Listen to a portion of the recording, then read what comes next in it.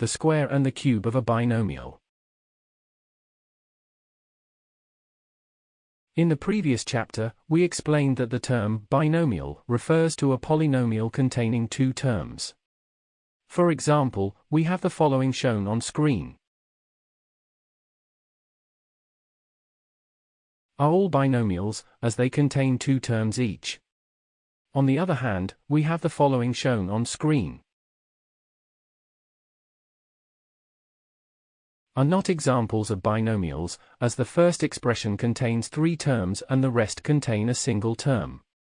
In the previous chapter, but not only, we also have explained how to expand the square and the cube of a binomial. Thus, if we denote the terms of a binomial by a and b, the square of a binomial gives after expanding, we have the following shown on screen. And for the cube of a binomial, we obtain after expanding, we have the following shown on screen.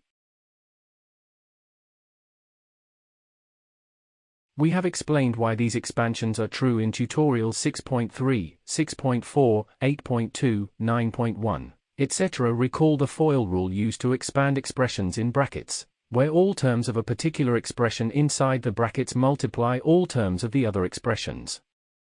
That is all for lesson 12.3.1. To continue this tutorial, please watch 12.3.2, How to expand binomials in higher powers.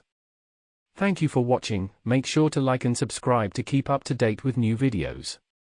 For more information, calculators, and tutorials, please visit www.icalculator.info.